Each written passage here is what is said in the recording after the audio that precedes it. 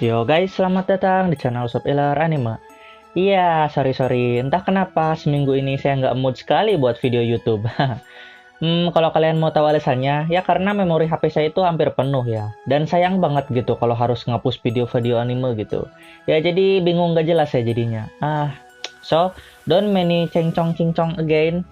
Karena di video kali ini, kita akan membaca seluruh alur cerita Light Novel High School HD Jilid 19 Part 4, sekaligus semifinal part ini. Benar, next akan menjadi penutup dari seri Jilid 19. Loh Min, kok cuma 5 part? Nggak apa-apa, biar gak kebanyakan part. Oke, let's begin. Semua orang sudah berkumpul di kediaman Hyoudo.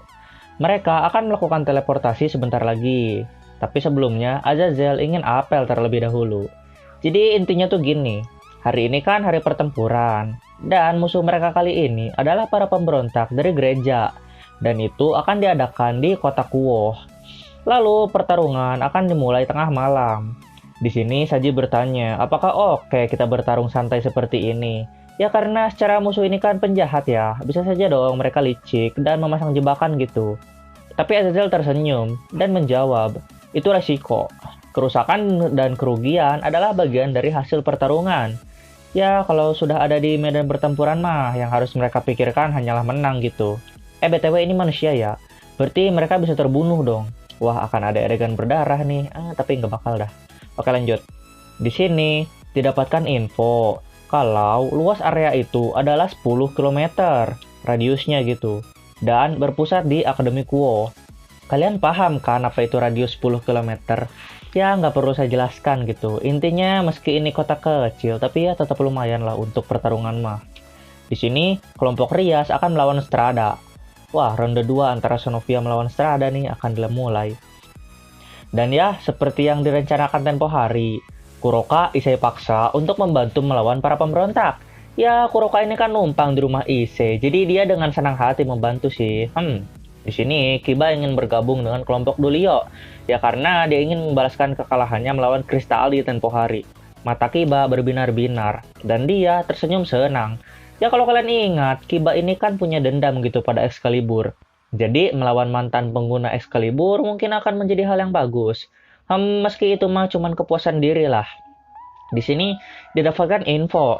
Ternyata Kristaldi dan Strada itu memakai tiruan dari Durandal dan Excalibur di pertarungan kali ini. Itu akan sedikit berbahaya sih nantinya. Tapi jujur ya, Excalibur itu kan dipecah jadi 7 gitu. Dan sekarang ada di pedang Durandal. Nah, pedang Durandal itu kan hampir setara dengan Excalibur generasi pertama. Jadi, secara logika, Ex Durandal ini jauh lebih kuat loh dari Excalibur dan Durandal tiruan. Tapi ya, balik lagi ke pemiliknya sih. Ada peribahasa gitu. Kerikil dipakai oleh ahli akan lebih bermanfaat ketimbang pistol dipakai oleh amatir. Oke lanjut. Di sini semua orang bimbang atas keinginan Kiba untuk bergabung dengan tim Dulio itu. Tapi di sisi lain Arthur datang dan meminta Rias menyetujui permintaan Kiba tersebut. Kalau kalian lupa siapa itu Arthur, dia adalah salah satu tim Vali dan pengguna pedang yang lumayan GG lah gitu. Jadi dalam gelut pedang kali ini mungkin dia tertarik untuk join. Singkat cerita, Rias setuju, dan sebagai gantinya, Arthur akan masuk ke dalam tim Rias untuk sementara. Di sini, Issei sedikit menceramahi Kiba, dan berkata untuk kali ini kita tidak boleh mati. Apa Issei berubah pikiran gitu ya? Ya kalau saya sih bisa nebak, karena Issei khawatir kalau tidak mengawasi Kiba gitu. Mati mah memang wajar gitu ya. Tapi kalau mati konyol mah itu nggak boleh. Issei khawatir, karena Kiba ini kan sering memaksakan diri. Ingat kan kejadian melawan Kadal di dunia bawah tempo hari? Kan Kiba sampai lemas gara-gara memaksakan diri gitu. Dan Tsubaki gagal gitu kan mencegah Kiba. Oke lanjutlah. Di sisi lain, Asia tidak bisa memanggil Fafnir. Ya karena dia itu masih hibernasi. Lalu dia berencana memakai kemampuan keempat Kadal jahat untuk melindunginya. Ya meski mereka itu tidak sekuat Fafnir sih, tapi setidaknya mereka bisa menjadi tameng. Kalau yang maju mah cuma ecek-ecek gereja gitu kan. Lalu untuk terakhir, Issei melangkah ke samping Rafael. Dan dengan lembut, Rafael memanggil nama Issei sama. Ya, dia akan pergi untuk bertarung sebentar lagi. Dan saat pulang nanti, Rafael yang akan pergi untuk bertarung dalam rating game. Jadi Issei memakai kesempatan ini untuk berpamitan pada Rafael dengan senyuman perpisahan. Lalu, sesaat kemudian mereka berteleportasi ke lokasi pertarungan. Ya, sekedar info ya, di sini kan tim itu dibagi menjadi dua, dan kali ini pusatnya itu akan diarahkan dulu kepada tim Dulio. Yang jadi tokoh utamanya di sini Kiba sih. Oke, lanjut. Di sini Kiba mengobrol dengan Dulio dan membahas sedikit tentang masa lalu. Lalu, aura kepemimpinan Dulio sangat terasa. Ya, dia itu jenis orang yang jujur dan terbuka, juga ramah. Cocok sekali untuk menjadi pemimpin di XD ini. Sesaat kemudian, para pemberontak muncul satu persatu dari lingkaran sihir. Mereka berpakaian pendeta. Di sini banyak remaja dan orang dewasa, yang rata-rata prianya berambut putih dan wanitanya kayak pelangi lah gitu, rambutnya beda-beda warnanya. Terlihat dari sorot mata mereka, mata-mata itu penuh dengan kebencian. Ya wajar sih, sudah setengah tahun mereka nganggur, karena tidak ada musuh gitu kan. Dan di depan mereka kali ini ada para iblis yang bisa jadi musuh mereka. Dulio adalah malaikat BTW ya. Di sini Dulio melangkah pelan ke arah Kristaldi yang menjadi pemimpin dari pasukan gelombang A dari pemberontak ini. Oke, melanjutkan info yang tadi ya. BTW nih, para pemberontak itu dibagi jadi dua tim ya, sama seperti di XD. Jadi tim A dipimpin oleh Kristaldi dan tim B dipimpin oleh Strada. Oke, lanjut. Dulio mengangkat tangan dan menyapa ke arah Kristaldi. Tapi Kristaldi membalas dengan nada tidak senang. Dan momen ini mengingatkan saya pada adegan Xenovia saat pertama kali bertemu dengan Asia. Bahkan kata-katanya mirip gitu.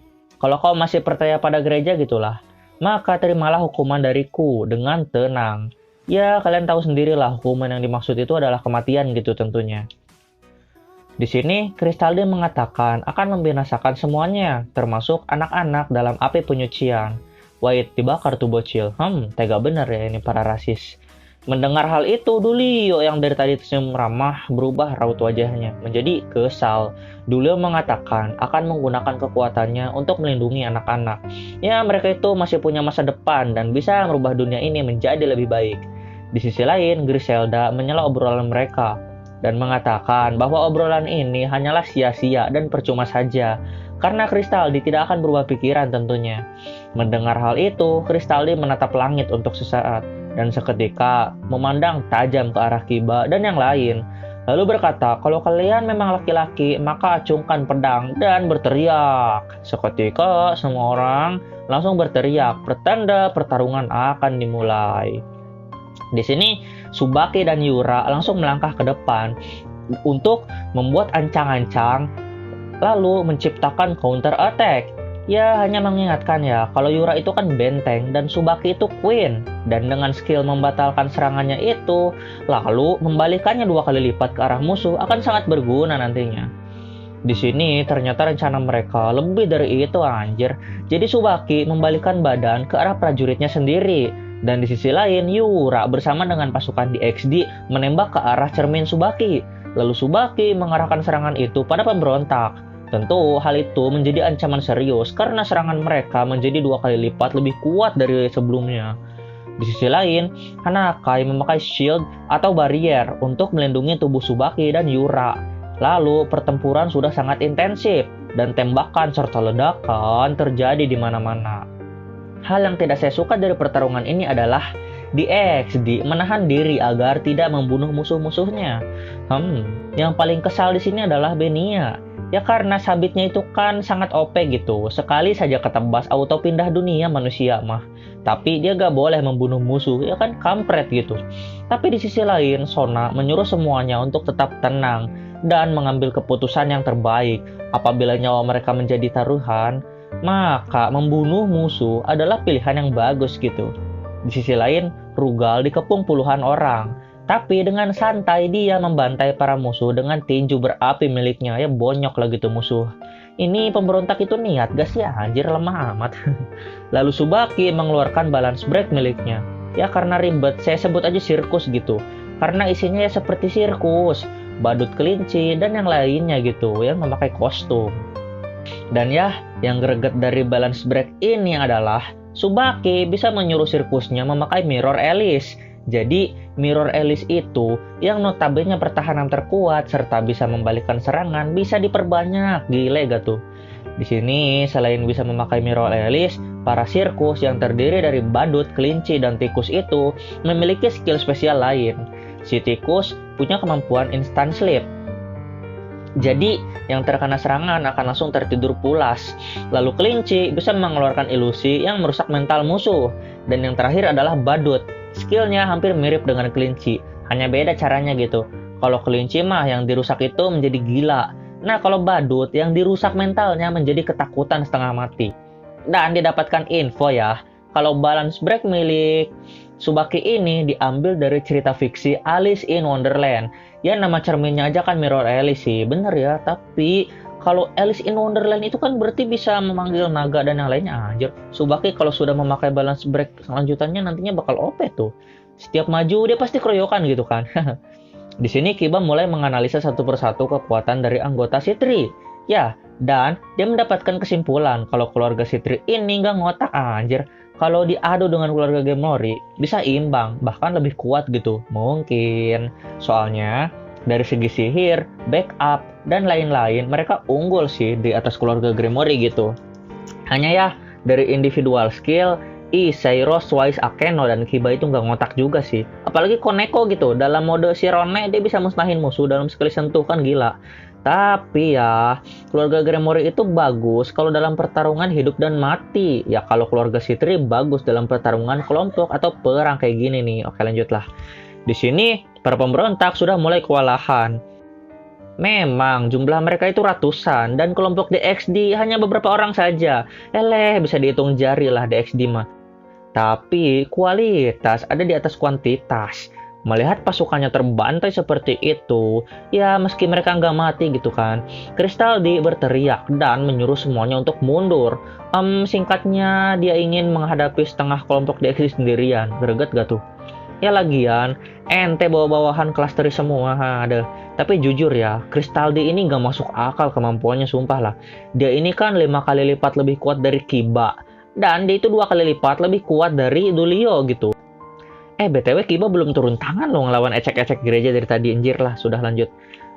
Di sini Sona meminta Kiba untuk bergabung bersama Dulio, Griselda, dan Irina untuk melawan Crystal D. Wah, 4 versus 1.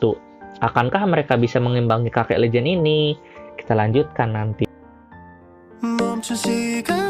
잠든 너를 찾아가 아무리 막아도 결국 너의 곁인 걸 길고긴 여행을 끝내 이젠 돌아가 너라는 집으로 지금 다시 way back home.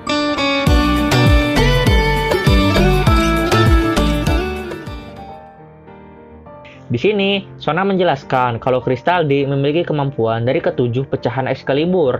Dan benar saja, dia sudah memakai kekuatan Excalibur Nightmare dan membuat bayangan dirinya. Tapi dengan mudah dimusnahkan oleh Griselda. Di sini, Irina maju dan Crystal D memakai kemampuan mimik.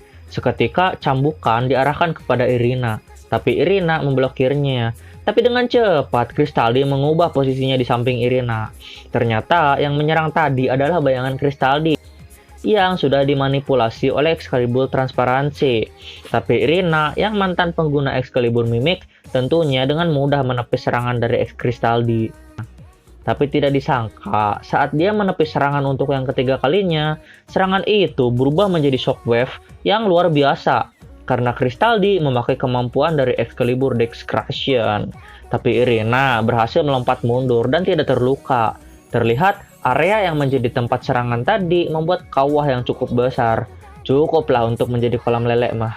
Di sini Crystal D membuat barrier yang mengurung mereka berlima di area yang cukup sempit. Ya tujuannya agar mereka tidak lari gitu.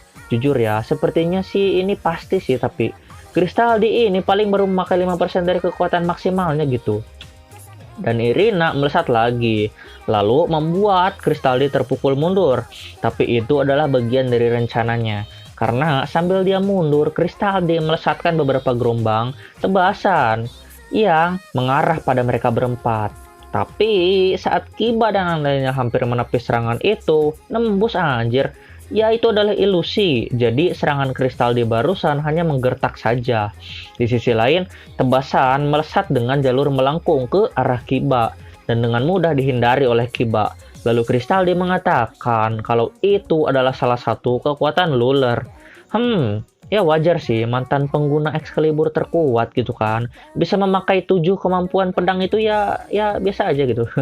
Sesaat kemudian, Kristaldi lenyap dari pandangan mereka. Kiba bingung, apa ini kemampuan bergerak cepat, apa transparasi, atau mungkin nightmare. Namun, sesaat kemudian bayangan Kristaldi muncul. Tapi tidak bisa diserang, karena itu hanya ilusi. Kampret memang, ribet bener ini ngelawan kakek. Di sini, salah satu bayangan menyerang Kiba. Kiba yang tahu itu adalah bayangan sedikit bersikap lengah. Ternyata terang. Bayangannya bisa mukul anjir. Jadi Kristaldi ini memakai bayangan dengan bantuan Rapidly dan Nightmare yang membuat bayangannya bisa menyerang, tapi tidak bisa diserang. Kalian pasti ingat seseorang nih pastinya. Di sini 3 bayangan Kristaldi mengelilingi Kiba. Dan dengan cepat, mereka menyerang Kiba memakai air suci. Hal itu membuat tubuh Kiba menguap. Tentu sakitnya sampai membuat Kiba mengerang. Seketika, 2 bayangan menghilang. Dan Irina menebas Kristaldi sampai kepalanya terlempar ke atas. Di sini, Irina terkejut karena mengira sudah membunuh gurunya. Tapi ternyata yang ditebas itu adalah bayangan. Anjir, kok bisa ditebas sih bayangannya? Kristaldi yang asli sudah berdiri di belakang Irina dan bam! Seketika dia menyerang Irina memakai 2 bayangan sekaligus, lalu memakai kemampuan Destruction, membuat tanah di sekitar Irina retak. Bahkan retakannya sampai ke luar pelindung. Di sini karena Kristaldi terlalu fokus ke arah Irina, jadi Dulio memiliki kesempatan untuk menyerang memakai bola-bola es. Dia melontarkan 5 bola, tapi 3 diantaranya bisa dibelokkan memakai kekuatan Ruler. Namun, 2 bola itu mengenai jubah Kristaldi dan membuatnya sedikit terkena damage. Ya sekedar info ya, Kiba, Dulio, dan yang lain ini kan belum serius loh. Kiba aja belum makan geram gitu. Lalu, melihat dirinya hampir di pojokan, akhirnya Kristaldi memancarkan aura serius. Merespon hal itu, Kiba juga menjadi serius dan mengeluarkan Maken Gram. Sebenarnya Dulio sudah melarang Kiba memakai pedang itu. Tapi rasa kesalnya pada Excalibur membuat Kiba tidak bisa mengontrol emosinya lagi. Lagi pula Kristaldi bukan musuh yang bisa dilawan dengan kekuatan setengah-setengah gitu. Ya kalau kalian ingat, dia itu 2 kali lipat lebih kuat dari Dulio dan 5 kali lipat lebih kuat dari Kiba. Di sini, Dulio memegang bahu Kiba dan tersenyum. Dia mengatakan kalau Kiba adalah juniornya. Jadi, dia tidak boleh membiarkan juniornya memakai jurus pemakan nyawa untuk bertarung dengan sesama mantan anggota gereja. Setelahnya, Kiba menjadi tenang dan dengan sangat berani Dulio melangkah maju. Dia, sang Joker malaikat, mengeluarkan ke-10 sayapnya. Wow, anjir lah, berarti Dulio ini hampir setara dengan keturunan Lucifer ya. Di sini, Dulio mengeluarkan kekuatan penuhnya. Ya, yang dia beri nama dengan Gelembung Harapan. Kekuatannya sangatlah indah dan membuat Kiba kagum. Dia memadatkan aura di tangannya dan meledakkan cahaya pelangi yang menyebar kemana-mana. Hal itu membuat Kiba mengingat masa lalunya. Saat masih di gereja, dia membicarakan impiannya bersama anggota gereja lain. Ya, sayangnya mereka jadi korban dari kezaliman si Valper sih. Di sini didapatkan info kalau kekuatan Dulio ini adalah Longinus terkuat setelah Holy Spear. Dan kemampuan Gelembung Harapan ini membuat semua orang mengenang momen paling berharga dalam hidupnya. Itulah kartu as milik Dulio. Bahkan Kristaldi sampai menangis karena mungkin mengingat sahabat-sahabatnya yang mati di medan perang dulu. Tapi kalau kalian ingat, tujuan Kristaldi memberontakkan adalah untuk membalas dendam pada iblis yang membuat sahabatnya terbunuh. Jadi, meski air matanya mengalir sangat deras, Kristaldi tetap mengacungkan pedangnya dan berteriak, kalau pemberontakan akan sia-sia jika dia berhenti di sini gitu kan. Anjir, udah kayak apaan tahu gue ngomongnya. Di sisi lain, Griselda merentangkan ke-6 sayapnya dan sedikit melayang. Lalu dia memakai busur yang dia beri nama dengan Queen of Hearts, jurus pamungkas miliknya, demi menghentikan Kristaldi. Dan Irina memejamkan matanya sambil menggenggam erat Hawk Clare dan seketika membentangkan ke-4 sayap miliknya. Lalu Kiba dengan pedang suci terkutuknya mengeluarkan aura putih yang menyelimuti seluruh pedang itu. Dan Irina beserta Kiba melesat dengan zigzag ke arah Kristaldi. Tidak tinggal diam, Kristaldi menciptakan 4 bunsin dan menyerang mereka berdua memakai mimik di masing-masing bunsin. Tak terduga, ternyata saat serangan Kristaldi bersentuhan dengan Kiba, kekuatan dari Excalibur Kristaldi melemah dan terserap ke dalam pedang Kiba. Bisa dibilang, itu adalah kemampuan baru milik Kiba menyerap aura suci. Lalu Irina memusnahkan keempat bayangan itu dan melesat ke arah Kristaldi yang asli. Di sini, Kristaldi menghela napas untuk sekejap dan seketika mengembalikan aura ke dalam Excalibur miliknya. Tidak tinggal diam, Kiba menyerap aura Excalibur itu lagi dan membuat aura dari Excalibur menghilang sepenuhnya. Di sisi lain, Griselda memanah Irina dan membuat kekuatan Irina berlipat ganda sekarang. Lalu dengan satu serangan, pedang Kristaldi menjadi kehilangan 100% kemampuan hebatnya. Dan finalnya, Dulio memakai kemampuan miliknya untuk membakukan pedang Kristaldi beserta kaki Kristaldi. Saat Kristaldi sudah tidak bisa bergerak, petir menyambar dan bahkan membuat pelindung milik Kristaldi pecah seketika, sekaligus menyambar ke arah Kristaldi, membuat Kristaldi terjatuh lemas. Di sini, para tim medis dari kelompok pemberontak langsung datang untuk mengobati luka-luka dari Kristaldi. Lalu di sisi lain, para pemberontak yang tersisa lesehan di tanah dan sudah tidak berniat untuk bertarung lagi gitu kan. Ya, pemimpin mereka sudah kalah gitu, untuk apa mereka lanjutkan? Toh 1 versus 50 aja mereka masih kalah gitu. Jadi, ini saatnya untuk pergi ke pengaturan dan menekan tombol surrender. Bersambung. Thanks for watching and titik. Bye-bye.